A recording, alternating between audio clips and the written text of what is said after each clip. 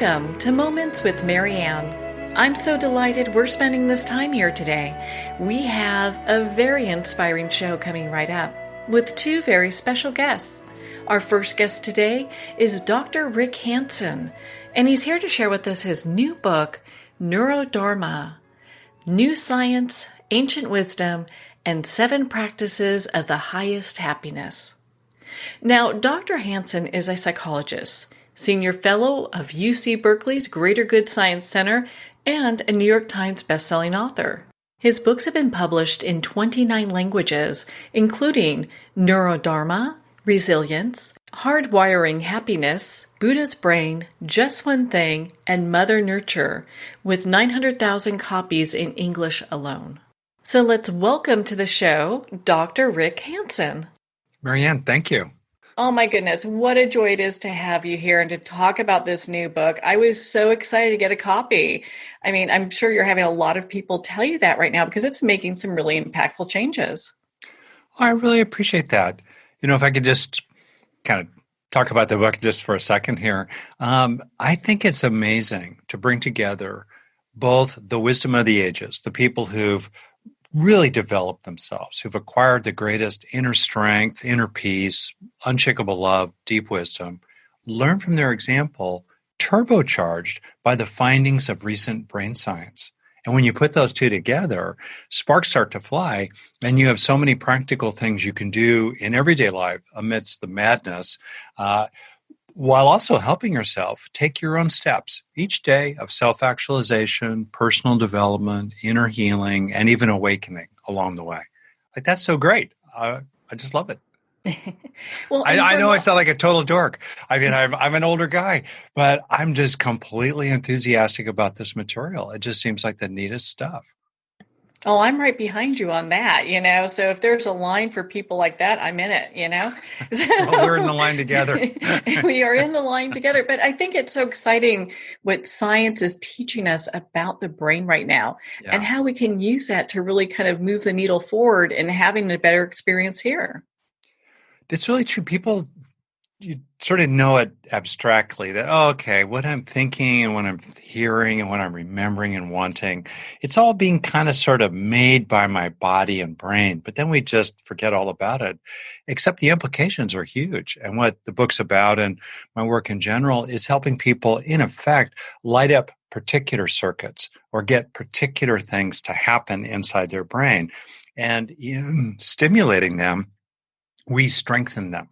So in effect, you can use your mind to change your brain, to change your mind for the better. You can take charge of the brain change process from the inside out rather than, in effect, letting yourself be pushed around by external forces, media, other people, worries, long shadow cast by your own childhood, etc. You can find an inner power and an inner freedom in how you help yourself each day authentically to become a little happier, a little calmer, a little more forgiving. I could say this from my long marriage, a little less of a jerk every day.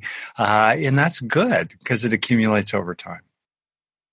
Well, I think that's such an important place to come from because how often are we kind of just like that bobble in the ocean, just the waves are throwing us around without really any course in regards to how we're designing our own destiny. And when we look at that, I think this book is really a game changer in being able to actually start being the captain of your own ship. Well, that's so well said. I should have talked to you more about, when I was writing the book. People don't really, I think, appreciate, most people, number one, how the brain is really vulnerable to going negative. That's its negativity bias, makes it like Velcro for bad experiences, but Teflon for good ones. That's Mother Nature's plan. Thanks, Mom. It really worked great in the Stone Age, maybe even back in Jurassic Park. But today it creates a lot of needless suffering and conflict, on the one hand. On the other hand, we have this power to actually build new structure in our brain, to form new connections, to increase blood flow to busy regions, to affect the expression of genes, to impact the several 100 trillion little microprocessors, all the synaptic connections in the network of the brain that are sparkling away. We have the power to do that, and much research now shows that when people do simple practices like gratitude, letting go of worries, developing self-compassion, cultivating kindness for others, even if you disagree with them, mindfulness development, resilience training. These actually physically change the brain. And scientists are now observing the actual physical changes that underlie the psychological changes that people experience over time as they do those practices, which is really motivating and hopeful. I think so too. I mean, you hear that and you're like, gosh, there's a lot of change that can happen here. So why don't there's a few questions I have because there's so much great information in this book. Mm-hmm. I think I want to kind of touch on some of the points that maybe some people who are new to your work may ask. So Sure. Is this book about Buddhism? That's a great question. So it draws on the Buddha's teachings about the mind that are not religious. They're completely practical and psychological. For example, he points out that we have a tendency to fight with what's painful and unpleasant, which makes it hang around. We also have a tendency to chase after what's pleasurable and try to possess it for ourselves, which tends to lead us into sort of endless loops of striving, straining, stressing, and craving. Right? That's very psychological. So I took his roadmap, his penetrating model of the mind, and then mapped it to the latest brain science and turned that into 7 simple practices people can do every day. And in the process of these sort of 7 themes, which I'll name in a second, you can really develop yourself in these ways. So I'm kind of reverse engineering backwards. I'm going backwards from people who we would just all agree, whatever your tradition is around the world, are exemplary people, saintly, wise, wonderful people. How do they do it, right? So I'm the kind of guy who asks, what's going on in that brain? What's happening under the hood that they can just sustain?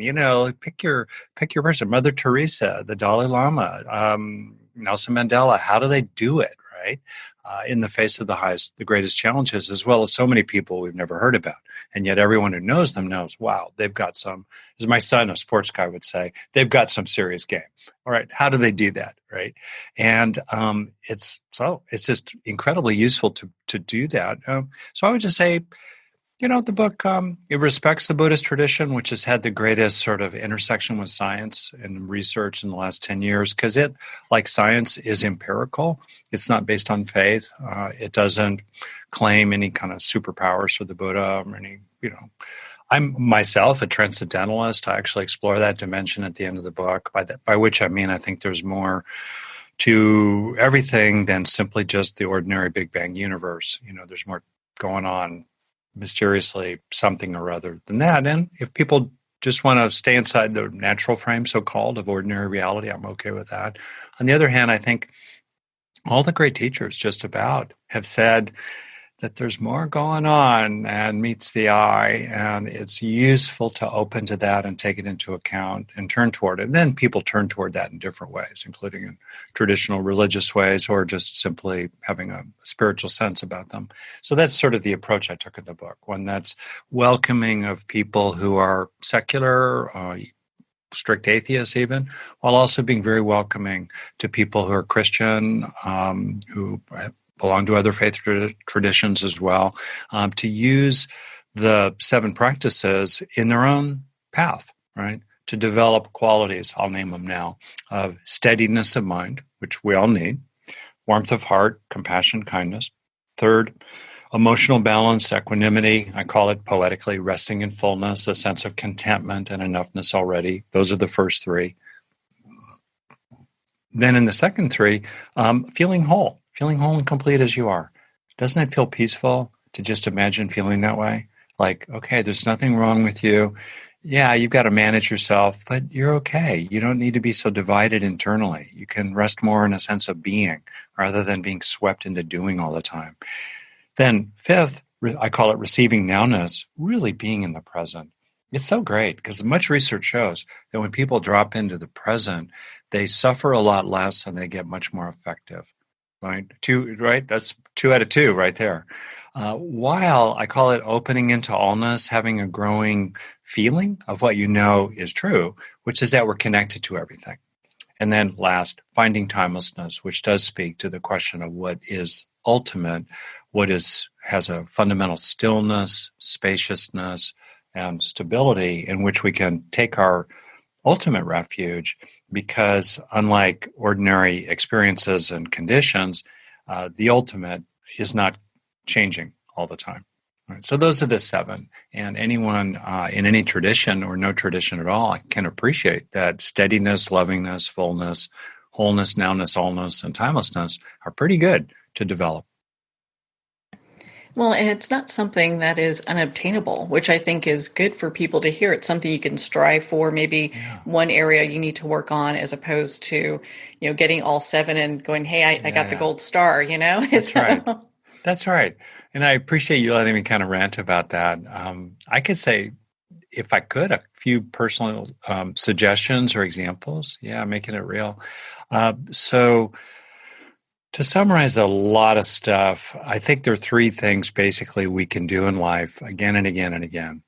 Deal with the bad, turn to the good, take in the good, again and again and again. And in the turning to the good and the taking in the good, we become more effective at dealing with the bad.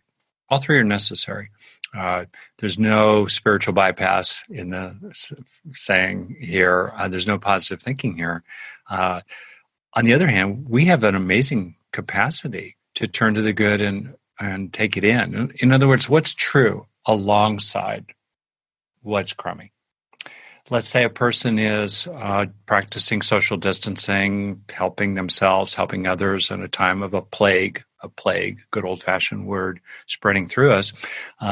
We know about plagues. Plagues, are noted in the Old Testament of the Bible, really. Plagues, we get it. So it's a crummy situation in a lot of ways. What can a person do? Well, a person can deal with the bad. They can take cautious steps. They can be prudent. They can grapple with the financial impact. They can do the best they can for loved ones, deal with the bad. While at the same time, they can recognize that alongside what's problematic, there are so many people who are trying to help. Takes me back to, Mr. Rogers quoting his mother saying, "Look for the helpers." So many people, frontline responders, etc., trying to help. Also, meanwhile, children are laughing. Flowers are blooming. Coffee tastes good. I'm drinking some today, right? You're a nice person. I can tell, right? I don't know you super well, and it's a good thing. Here we are talking about important stuff. The things around me work, there are still good things that are true, including inside our own heart. Turn to the good and take in the good. It's really important to stay with beneficial experiences for a breath or longer to help them hardwire into your own brain.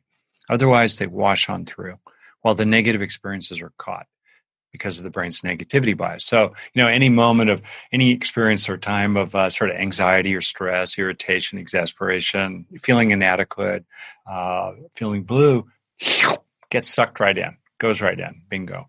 On the other hand, moments of feeling gritty, strong, confident, loved, capable, getting stuff done, connected with others, looking out the window and seeing the jasmine blooming as I am right now, that tends to wash right through the brain. So it's very important to take in the good, to slow it down for a breath or longer.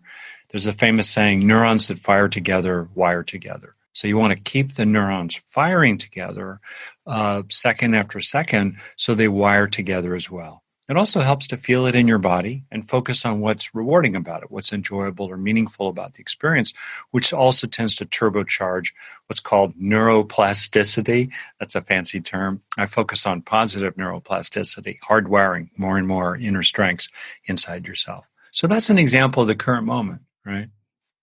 Oh my gosh, isn't it? I mean, seriously, if you look at everything people are going through right now, it's anxiety, stress, feeling insecure, because there's really, most people, there's no idea what's going to happen in the future. So we look at all this, and that uncertainty breeds all these things. Yeah, but that's right.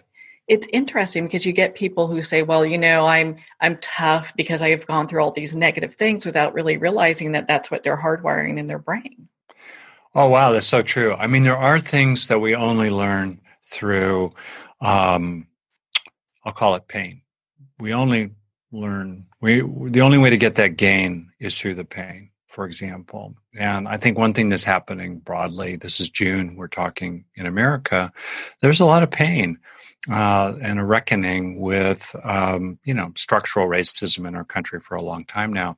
And there is, I think, a kind of, I'm hopeful that there will be a gain, there will be a change systemically that's, sourced in some ways by a facing of that pain. All right. And there are many other examples. I don't want to be political here. Just in your own personal life, I've myself had loss, have had pain in family. I've done a lot of things in wilderness that were very scary and hard, a lot of rock climbing. There's growth there. On the other hand, I think people overvalue pain. There's this strange professional Grinch industry of people who are grumpy and grouchy. And if you're not miserable, you're not really paying attention, or you're not working hard enough. You're not really taking it for the team. And the truth is, most pain has no gain. It's just pain. If pain had so much gain, wouldn't we want to take other people's pain? No, I got enough pain, thanks. And pain tends to tear us down. Stress wears people down. Brief episodes of stress, the jokey saying is, most episodes of stress in the wild end quickly, one way or another. Right? But human stress is chronic. We're stuck with it. We're not designed to marinate in that kind of feeling of just day-to-day mild to moderate stress. It's bad for us. It wears us down. And meanwhile, most of our gains, most of our development of traits of fill in the blank, self-worth, positive mood, feeling securely attached to others, feeling loved by others, becoming more skillful, deep inner insight, acquisition of wisdom, you name it. Most of those positive traits we gain are acquired through experiences of them, which get hardwired into the brain.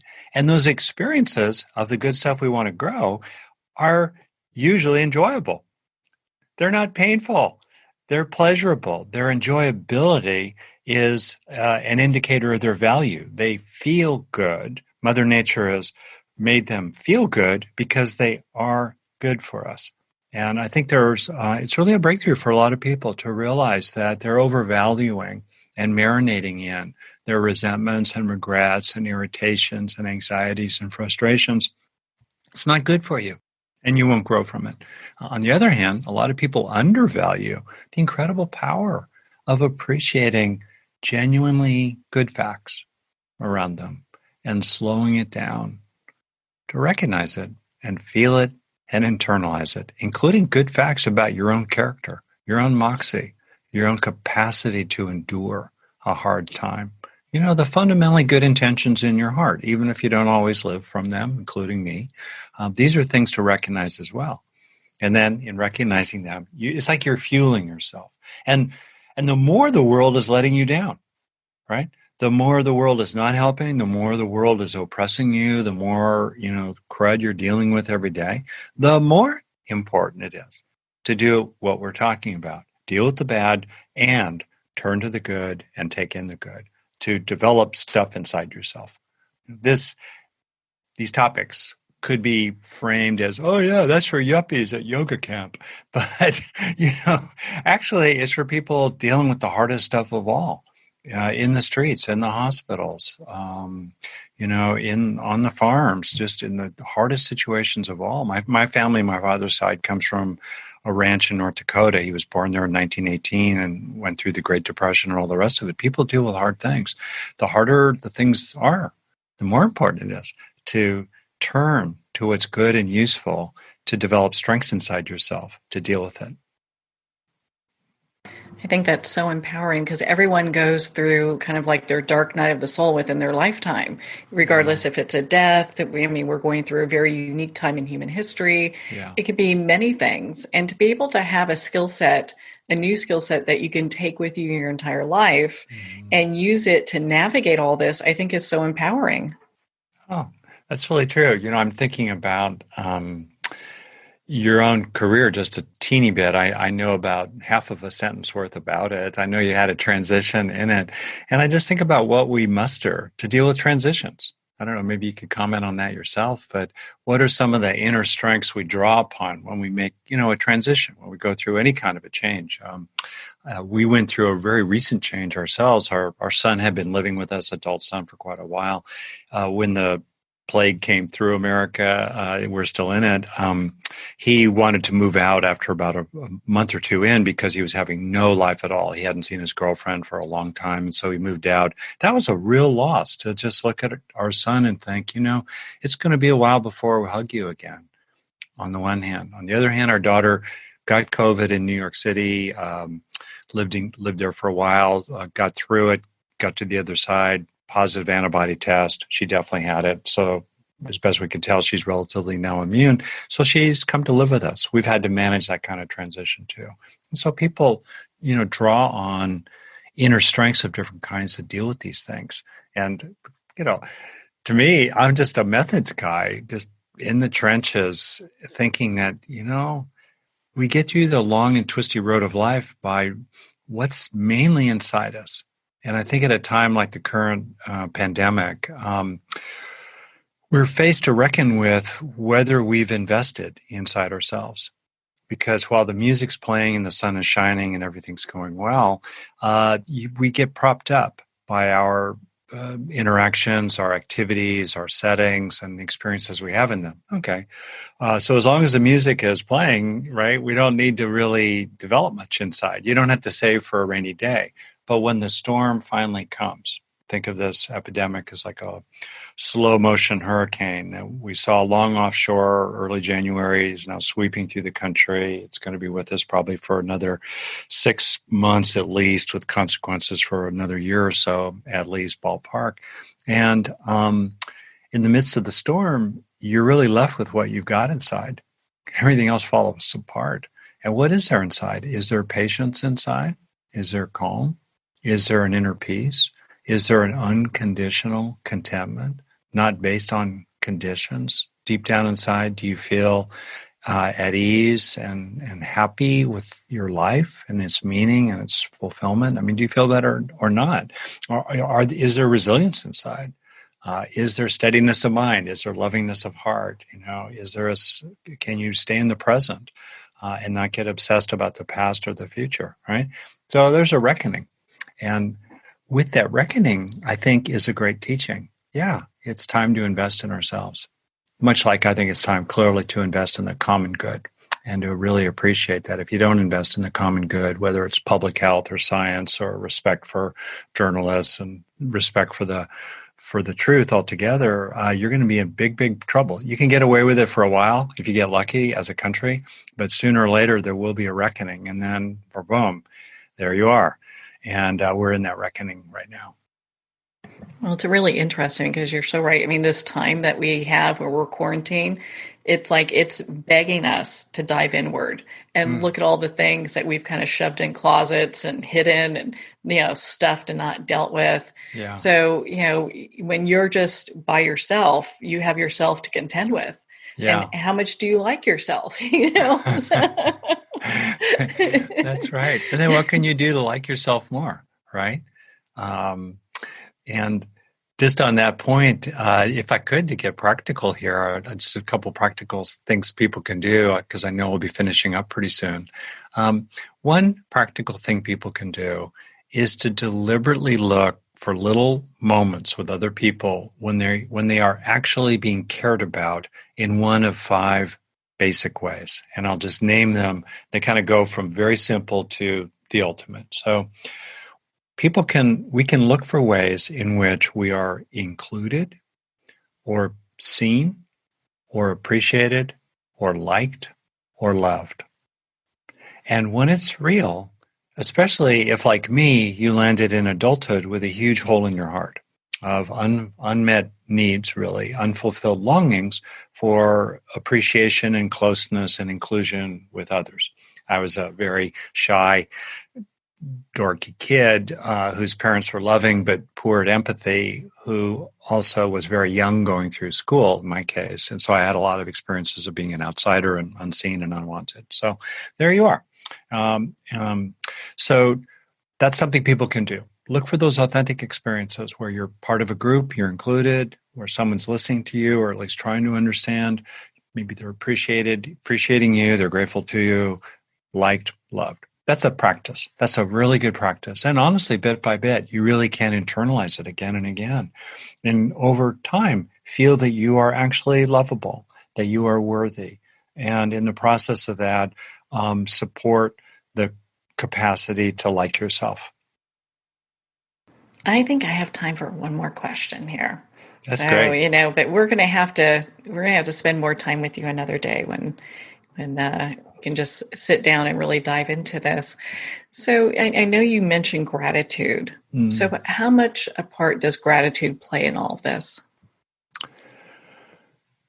Well, all this, of course, is the whole practice of developing the strengths inside that would really help you these days. It sounds fancy, but it's really simple. When I think about my marriage, when I think about my work, when I think about the current moment, when I think about aging, right? How weird. I'm in my 60s. What?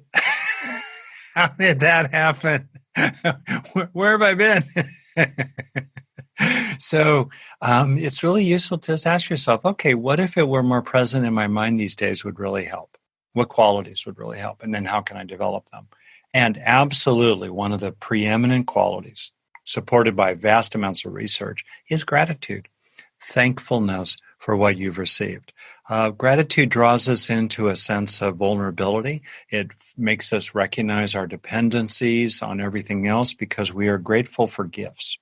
We are not grateful for a paycheck. We're glad we get a paycheck. We're thank them. Yeah, thanks for giving me my paycheck. But it's not so much we're grateful for it. But when a friend goes out of their way to recognize something good in you or just helps you in some simple way, or you realize, wow, the food on my plate is the result of so many people and so many factors reaching back into 10,000 years of history, the domestication of agriculture and all the rest of that. Thank you. Okay, so gratitude draws you into that, and it helps you feel buoyed by life. It helps you feel appreciative of what's also good amidst all the crud. It's not about papering over the bad. It's about appreciating what is also true alongside it, and gratitude really helps in that way. So I think for people, it's really great to just try to develop a general attitude of gratitude. And one way into that is to take a formal practice of doing that. Like at least one meal a day. Slow down for a breath to appreciate all the things that happened to put that tomato on your plate, right? Including maybe the people who helped to make your meal. Or maybe just before bed. This is a classic method, the 3 blessings exercise. Think of 3 things that you're grateful for. Blessings in your life. You don't have to frame it in a religious way if you don't want to. That too will help you a lot. And plus, it's really sweet to do that just before sleep because you're particularly receptive in your brain for what you're experiencing just before sleep. So yeah, gratitude. Gratitude is, honestly, a lot of the time I just feel awestruck with gratitude, gobsmacked with gratitude. Kind of stunned, like a kid. A little kid is grateful as they move through their day. Like, what? Paper clips? What? Glazed donuts. Whoa, lint under the bed. Wow. There's a saying, beginner's mind, Zen mind. And you can develop more of that beginner's mind and thus maybe a Zen mind through practices of gratitude. It just leaves the world in such a beautiful place when we're there. Excuse me. So, Dr. Hanson, where can our listeners connect with you and be part of your community and, of course, learn about all of your books and the work that you do? Well, that's kind. Thank you for that question. So they could do that through rick-hanson.net. That's the best way to do it. Simply go to my website or Google my name, Rick Hanson, S-O-N. And then you can see all kinds of freely offered resources there, talks, videos, programs. There's all kinds of good stuff there, rick-hanson.net. Well, Dr. Hanson, thank you so much for taking the time to be on the show with us here today. Marianne, it was a pleasure. You're great at this. Oh my goodness. Thank you, Dr. Hanson. Coming from you, that's such high praise. We're going to have to do this again sometime soon. If you'd like to connect with Dr. Hanson, you can at his website, rick-hanson.net, for more information on all of his books. He has a podcast as well. You want to check that out. I listen to it. And make sure to be part of his community. Also, Neurodharma is available there, Amazon, Barnes & Noble, and all indie retailers. And if you don't see it on the shelf, ask for them to order it. You'll want to stay tuned for our next special guest, Dr. Laurel-Mellin, and she's here to share with us her new book, What's My Number? One simple question that unlocks your brain's power for health, happiness, and purpose. We are going to pause here for a quick break. You've been listening to Moments with Marianne. We'll be right back after these messages.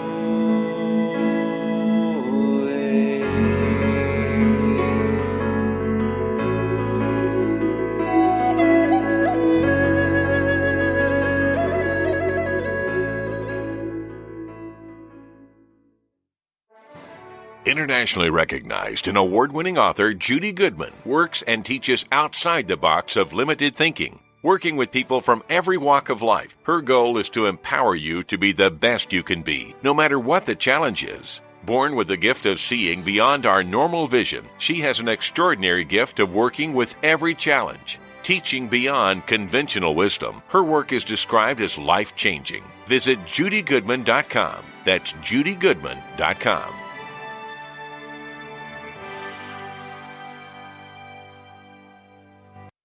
There comes a moment when you realize you're somewhere special, when you discover that each beautiful creature that you see has been rescued from a life of absolute horror and brought to this incredibly free place. Here's where their lives were forever changed and where yours will as well. Discover over 500 tigers, bears, and lions at the brand new visitor center at the Wild Animal Sanctuary just outside Denver. For more information, visit wildanimalsanctuary.org. Discover true freedom at the Wild Animal Sanctuary. Have you ever had the sense that your thoughts might actually be doing something? Ancient secrets of manifesting have been masterfully revealed in the award-winning book Manifesting 123 by Ken Elliott. For the first time, the author's experiences and stories in this book describe exactly how your thoughts can create anything. You've been doing this all your life, but it's never been fully explained for you until now. Visit manifesting123.com for more information today. Manifesting123.com.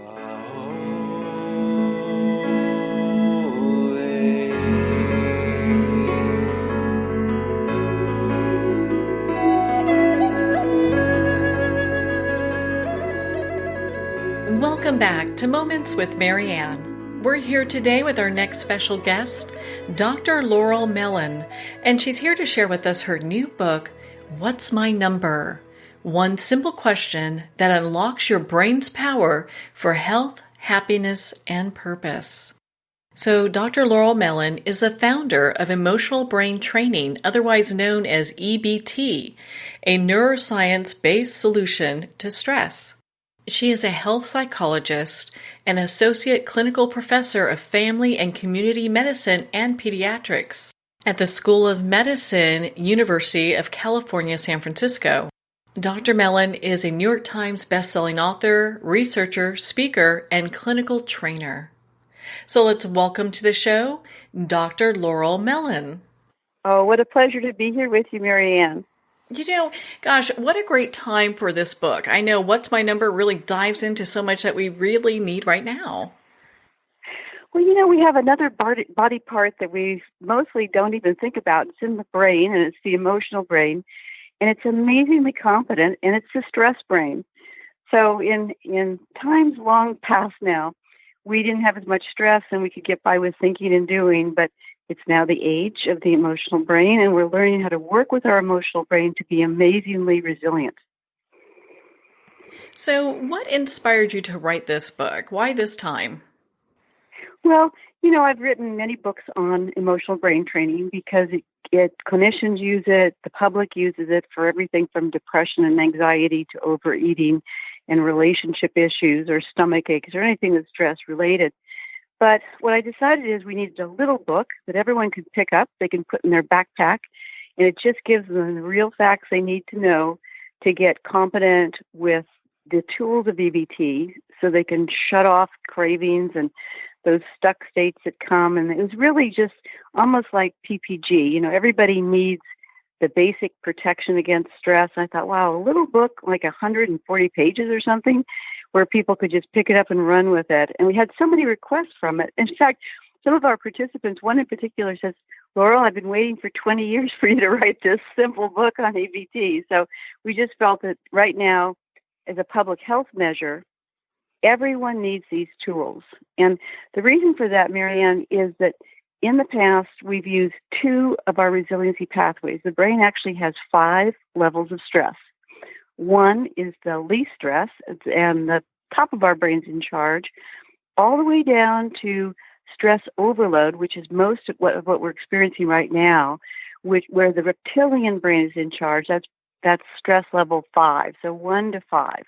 Now, you can think your way to feeling good or great at the low stress levels 1 or 2, but research in neuroscience is really, really clear that after 2, a different kind of experience happens, one of stress overload. Pardon me. And what that means is that if you don't have emotional tools to process that stress, the emotions get stuck. They become anxiety, depression, hostility, irritability, you know, the regular stuff that goes on, numbness, or just being busy, kind of a stress high. In those states of stuck emotions, we eat, drink, spend, get stalled in our work, get upset in relationships. And that's where most of human suffering occurs, at stress levels 3, 4, and 5. So imagine, here we have a culture where not just 20 or 40% of people are in stress overload, but 70 to 90% of people. And we know for sure that the old cognitive, behavioral, analytical tools that work absolutely great when we're at brain state or stress level 1 or 2 are useless at 3, 4, and 5, which is what's happening in people's lives. That's why we want a public health initiative that everyone should have this. It should be in schools and in churches and in temples and in communities and in families, because no one can really afford to be stuck in stress right now. We need everybody to be functional and trying to move our country back toward peace and power and health. So you've brought up EBT a couple of times. Why don't you share with our listeners what that is? Emotional brain training is a method of controlling what we thought in the past, what Freud said was uncontrollable, which is we have an unconscious mind. So here, right behind the forehead, right, if you put your hand on your forehead, that's your thinking brain or your prefrontal cortex. And that's the center of personal control. And that's why we've used thinking so much. But what that thinking brain's first job is actually to control the unconscious mind, the emotional brain, which is basically between the ears. And those are all of our wires of how we respond reflexively, automatically in daily life, particularly during stress. So what we've been doing with our thinking brain in the past is we've been saying we can't really control our emotions. We can't control a lot of those things. Maybe with our behaviors, we can think our way through them. And so we began to be mindful and change our thoughts and change our behaviors. But with EBT, the discovery of EBT, which was about 10 years ago, we identified a very, very simple way that anyone, whether you're a child, adolescent, adult, or older person, can actually use a simple 5-point system to identify their level of stress in their emotional brain. This is control central for health, happiness, productivity, and sense of purpose, and also spirituality. If you know your number, that's why it's called What's My Number? It's also a stress vaccine, essentially, because it can protect you. Once you know your number, you just use a very simple emotional tool, and you spiral up back to a state of feeling good or great in 2 to 4 minutes. It's very fast. So you get unstuck from stress. All of a sudden you say, wow, I really like who I am. This is emotional brain training. And this little simple system, What's My Number? This stress vaccine allows people to stop the cascade of stress hormones from making them sick and depressed and anxious and hungry and overwhelmed. So it's a defense mechanism, but this is the amazing part, Marianne. And I've been working on this method for 40 years, but just in the last 10 years, we have had the science to show that if you care about yourself, if you say, I care about my stress level. I care about my quality of life. I'm going to make checking my number, my stress number, my first priority, using the tools and spiraling up out of that stuck state and all that suffering. And when I do that, I not only feel better in the moment, but something else magical occurs. And that's the power of positive emotional neuroplasticity. The brain starts to change. It starts to naturally spiral up from stress. It gets those pathways of resiliency really strong, so they start to work on their own, so we don't have to do all the work ourselves. So essentially, what we do now to process stress with emotional brain training also rewires early childhood wounds, later trauma, PTSD, depression, moments where you just were in stress overload and had something really horrible. We've all had that in our lives. You can clear up the circuits in the brain using the same exact tools. So it's really the future of healthcare. So it seems like we're in this period of time where stress is on overload for a lot of people, especially if we look at children and aging adults. Can this be used for any age? You know what's so interesting, Marianne, is that in our thinking brain, we're also different. If you walk down the street and you just essentially downloaded the thoughts from 20 different people, they'd be completely different. In other words, we all think about things differently. Our thinking brain is very, very diverse. When it comes to the fundamental brain, which is the emotional brain that's there to help us survive and thrive and be rewarded and connect with other people, we're exactly the same. The same 5 tools works for everyone. And parents are not only using What's My Number, EBT, to essentially take care of their own stress so they can be good parents. They can go to work and get stuff done instead of essentially getting stalled or stuck or overloaded. But they're actually teaching their children this. So children, adolescents, and young adults are particularly stressed right now. And also older people. My mother, who died when she was 87, used EBT because she was stressed and she had sleep problems. And she said, I don't want to take all those medications. There's too many side effects. And so she'd use these tools. So really, we've taught people up through age 100 because when it comes to the emotional brain, we're all the same pathways and the same processes. So it really simplifies it a lot. That's so encouraging to hear that because, it's something that can help anybody, regardless where they're at on their path. So it has me asking so if someone is in a position where they are highly stressed out, what are some tips or tools they can use to identify what level they are and then kind of work through that? Wonderful. Well, the first part is really, really helpful, which is when we're in stress overload, sometimes we don't know it because some people go numb and they think they're fine. Other people go on kind of a high, a false high. Everything's fine when it's not. And the people like me who go low when they're stressed, they know it because you feel anxious, or for me, I feel depressed. So one thing is knowing whether you're stressed or not, but it's very disorienting to be in stress overload. And what the human brain does is we blame ourselves. We think there's something wrong with us, and we think that everybody else has it together, and it's just us. We're the ones who can't process our feelings or process our stress. So the most important thing is don't analyze your feelings. Don't say, why am I feeling stressed? Why am I upset? Because essentially, you're not going to be thinking well when you're in stress. So let me give you this little tip. There's 5 levels of stress in the brain, as I mentioned. When you are at 1, you feel present and aware, and you have a slight glow in your body. That's because the reward centers are being activated, and we not only need to be safe and low stress, but we need to feel rewarded. So that brain state 1 is what we're shooting for with all of these tools. In fact, that's how it works. Brain state 2, you're feeling present, but there's no glow. You're not inspired. And then it goes downhill. Now, in those first 2 levels of stress, 1 and 2, you can think pretty well and you can cope. But once you get into 3, 4, and 5, a completely different kind of circuit in the brain, a stress overload circuit takes over. So these emotions get stuck and they're stuck on. And when that happens, you really can't think well. The thinking brain goes out to lunch. And so if you decide to start thinking your way through feelings, what you're going to do is ruminate, awfulize, blame yourself, be sure that you have every diagnosis in the book, and get stalled and stuck. So first, just identify your stress number. 3 is is a little stressed. 4 is definitely stressed. You really feel it in your body. You know that you're in pain or agony, or you feel bad inside. And 5 is totally overloaded and overwhelmed. Now, most of us in this nation right now are running at 4 or 5. And so this one tip, I think, can really help everyone a lot. When you're in stress, ask yourself, what's my number? Even if you don't know these tools, if you're at 3, 4, or 5, say, what do I really need? And what I need to do is process my emotions and get back to 1 or 2, where my thinking brain is really smart.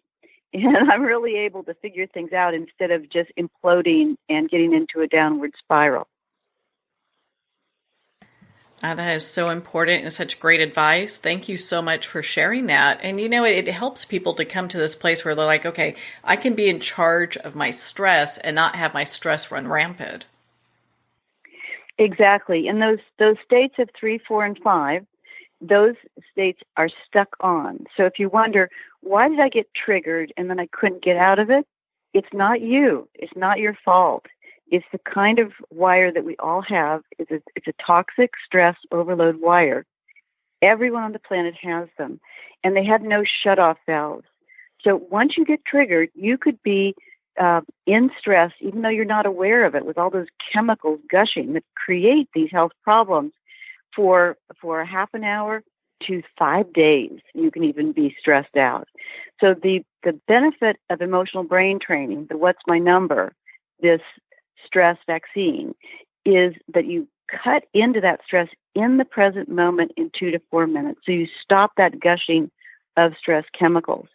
And that's what we want to do. We want our nation is having some challenges and a lot of changes that are going on in the next few years and a lot of opportunities. We have a lot of opportunities to become a better nation, a healthier nation, a happier nation. But if we don't give our population, that means our families, our mothers and fathers and grandmothers and employers and employees, the tools of emotional brain training, people are going to get in 3, 4, and 5, and they're going to start blaming themselves. They'll start noticing that they have appetites and they're not thinking well and they're not really doing the kind of job they need. So that's why that's the number one priority of our nation right now, Marianne, to update how we approach stress, to get real about it. We've been actually stressed since 1990. It's been going up. And because I'm a professor of medicine, I really follow the medical aspect of this. In other words, all the rates of the various conditions from diabetes and anxiety and depression and addiction and all these common problems, even heart disease and cancer, are rooted in chronic stress. They've all been really hard to treat, and the rates have been going up, and we've been ignoring it. We've been ignoring the stress catastrophe we have. But with the last year, the last few months in particular, and going forward, everyone is stressed out and everyone is ready for a reset so they can be highly effective in shutting off those stress chemicals so they can think well and feel better and have that vibrancy that we all need to live happier, healthier, more purposeful lives. And that's why I'm so passionate about bringing this book, What's My Number, this stress vaccine book, to everyone, because we can, as a culture, if we update how we process stress so we're functioning at our best, we can actually use the changes of the last few months to our benefit. We can construct a new approach to how we live our lives that's going to be more loving, healthier, and more able to be honest about what's going on in our lives. We don't have to cover up our stress. We can just move through it. Well, I understand we were talking a little bit before we got started here today that your book, What's My Numbers, actually, there's so much new data that you've collected that you have a re-release coming up, right? We do have a re-release coming up very shortly in a week or so. The book has actually been elevated so that we know that more hospitals and employers and organizations are going to want to quantity order it because we absolutely must have a stress update in the lives of our population. And so we call it now the Stress Vaccine, a solution to the crisis in emotional health. It has more statistics in it. It has more examples of how to use these tools and more inspiration of how you can help our nation and the world by your personal choice to move to what's my number, in other words, emotional brain training, and switch off that stress and switch on these beautiful resiliency pathways that are natural in the brain that activate those healthy chemicals so that we can be part of the solution that we really need right now. So why, if we're just thinking positive thoughts, why doesn't that help? Or just being mindfully aware? What a great thought on that. Well, it does work when you're at 1 and 2. When you're at low stress, 1 and 2, you can be mindfully aware, you can think positive thoughts, and that's actually a problem because when you're at 1 or 2, the brain shuts off and it tells you you're not going to be at 3, 4, or 5 again, that this is reality, 1 or 2, and these tools absolutely work. If I'm mindfully aware, in fact, we've incorporated mindfulness into emotional brain training because you've got to be mindfully aware. It's just that you also need to activate emotional tools to switch off the stress too. So it's a combination. But what happens is at 3, 4, or 5, the thinking brain, that's the prefrontal cortex, which is our only hope for personal control behind our forehead, that actually goes offline. So if thinking and awareness is what you're depending upon, not emotional processing, the thinking brain offline means those processes are not going to work. And there's been studies conducted at New York University that showed that it was so frustrating. In fact, this one researcher said, my gosh, it looks like these other methods, these cognitive awareness, mindfulness methods should work against these high-stress problems. But all these high-stress diseases are going up to the moon. The prevalence of them is raising right when we've been using these cognitive approaches.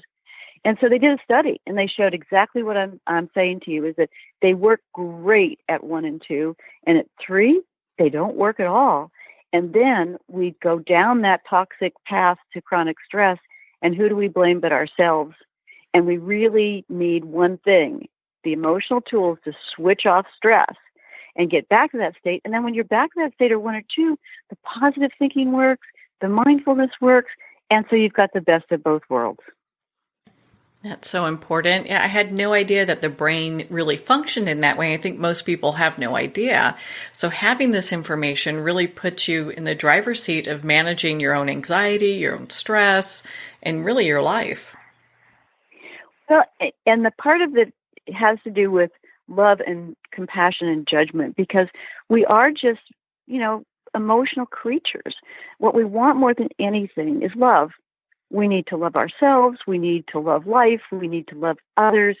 And what happens when we don't understand our emotional brain, when we don't have these 5 tools, is that when we get to 3, 4, and 5, the cortisol, which is a stress hormone, which is an ugly hormone when it's stuck on, because it's all about judgments. It's fight, flight.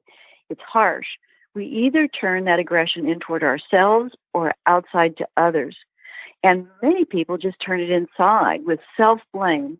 And now that the world has emotional brain training, EBT, what happens is, it's really about your emotional brain and the kinds of wires that are in it.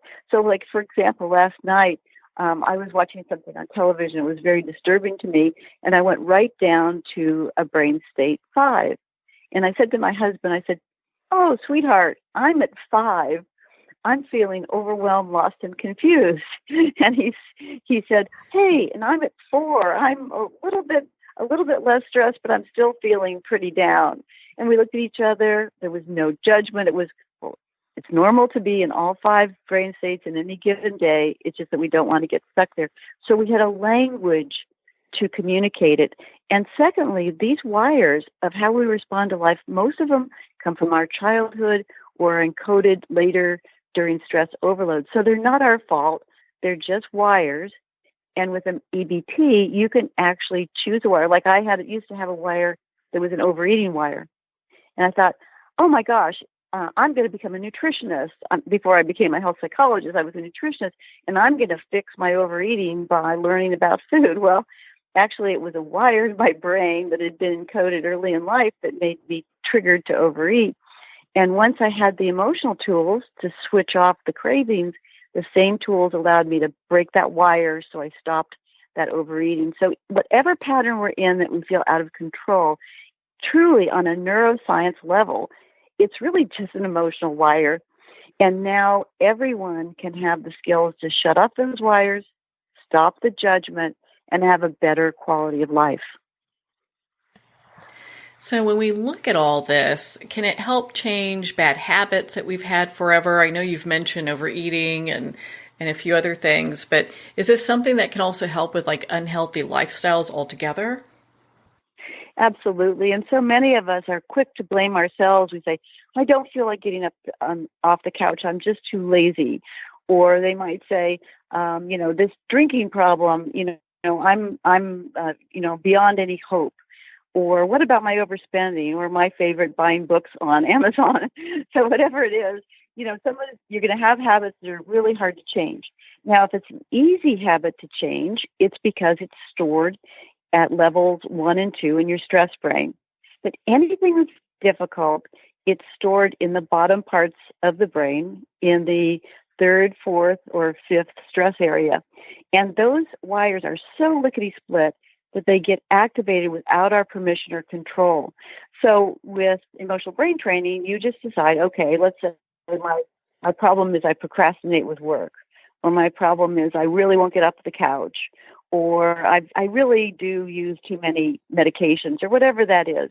You just say, it's actually a wire in the brain. And to be more specific, what that wire is this.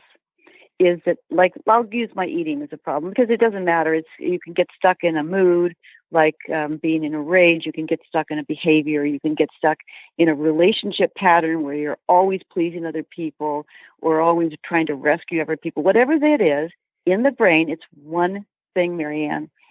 It's a brain glitch. It's sometime in your life you were really stressed out. Like I was about 11. I was really stressed out. I'd been bullied at school. And I reached for cinnamon rolls, and my brain had a false connection between fight or flight stress, really feeling overwhelmed, and sugar. And once that circuit gets encoded, what's strange about the brain is it holds onto that circuit, and then even small daily stresses activate a fight or flight drive for that pattern, whether it's a stuck mood, whether it's procrastination, whether it's overeating. And that's going to be there for the rest of your life. The only way you can rewire it, you can't think your way out of it, is to activate the circuit, which we teach you how to do in emotional brain training. Everyone should know how to activate these circuits and change them. And once you activate them, you use an emotional tool, and it stops the circuit from the association. It breaks that connection. Once the connection in the brain is changed so that I'm not craving food all the time, I can be sensible about food, and I can go back up to brain state 1 or 2 and learn how to be mindful about my food, learn what I should eat, and I'll be able to do it. So if you have a habit or a pattern that you can't break, please don't blame yourself. Instead, appreciate it's in the emotional brain. We didn't have the technology, the self-care tips that enabled people to switch those patterns in the past.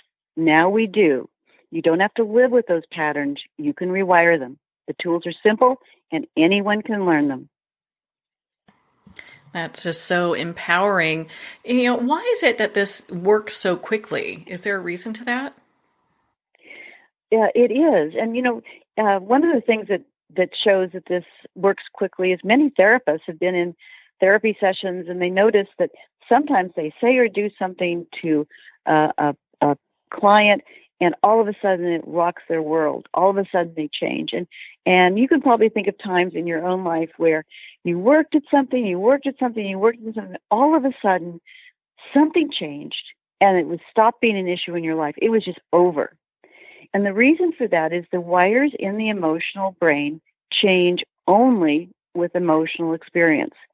So as long as we're analyzing ourselves, making lists, trying to figure things out, we block our emotions, we suppress our emotions, and we block change.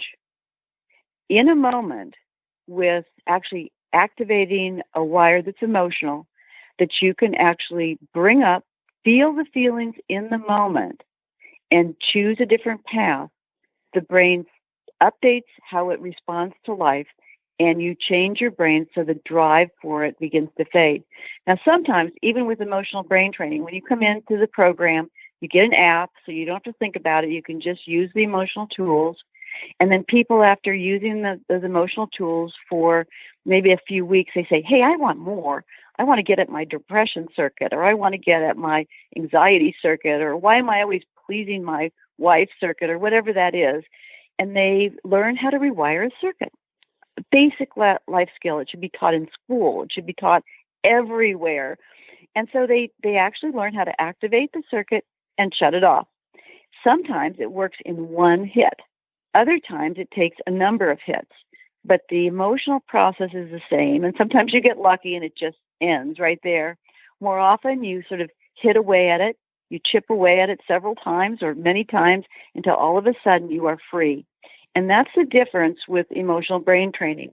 You don't force yourself to change a habit. You rewire your brain so the drive stops. So you can use your normal wisdom and sensibility, and it's not hard to change.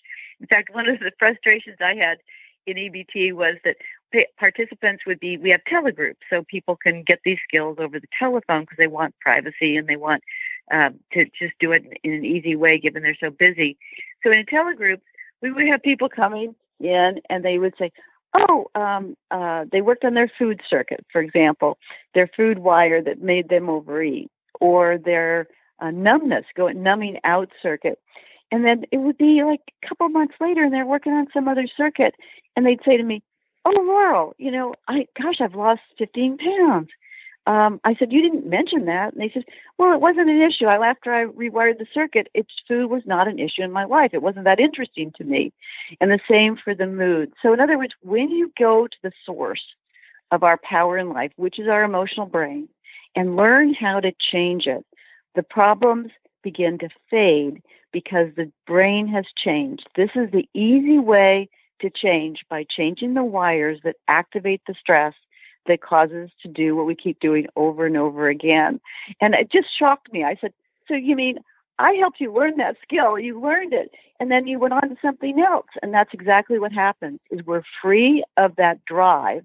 So what we want to do is go on to the next thing. Maybe we're going to learn how to improve our relationships or another way of working style.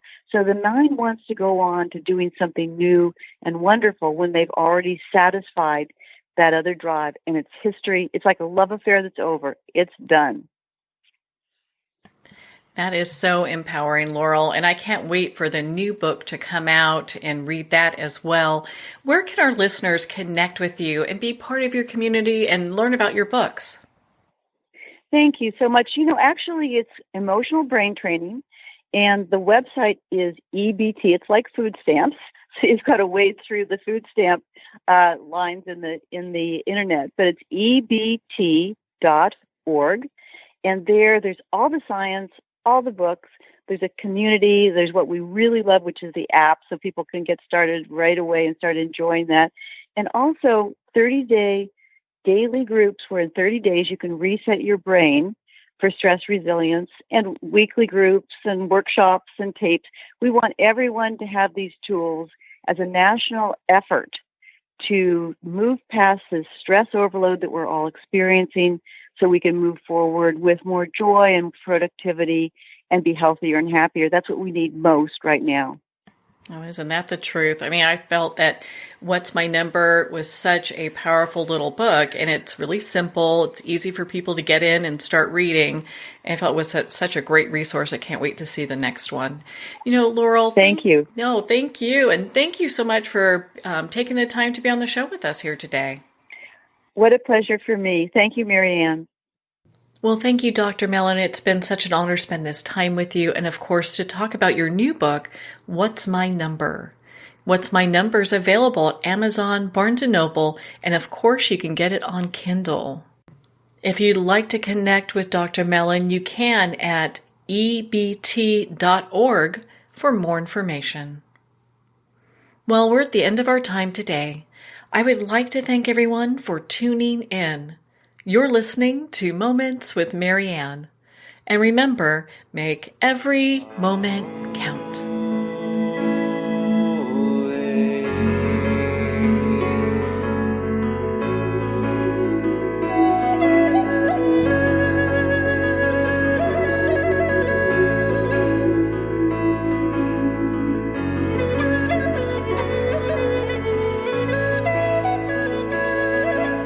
In a single moment, your life can change. Moments with Marianne is a transformative hour that covers an endless array of topics with the best of the best. Her guests are leaders in their fields, ranging from inspirational authors, top industry leaders, and business and spiritual entrepreneurs. Each guest is gifted and a true visionary, a recognized leader in her own work, and while teaching others to develop, refocus, and grow, Marianne will bring the best guest and sometimes a special surprise. Don't miss this. You never know just which moment will change your life forever. Moments with Marianne airs every Sunday, Monday, Thursday, and Friday at 8 p.m. Eastern and 5 p.m. Pacific Time. Make sure to tune in and visit momentswithmarianne.com for more information.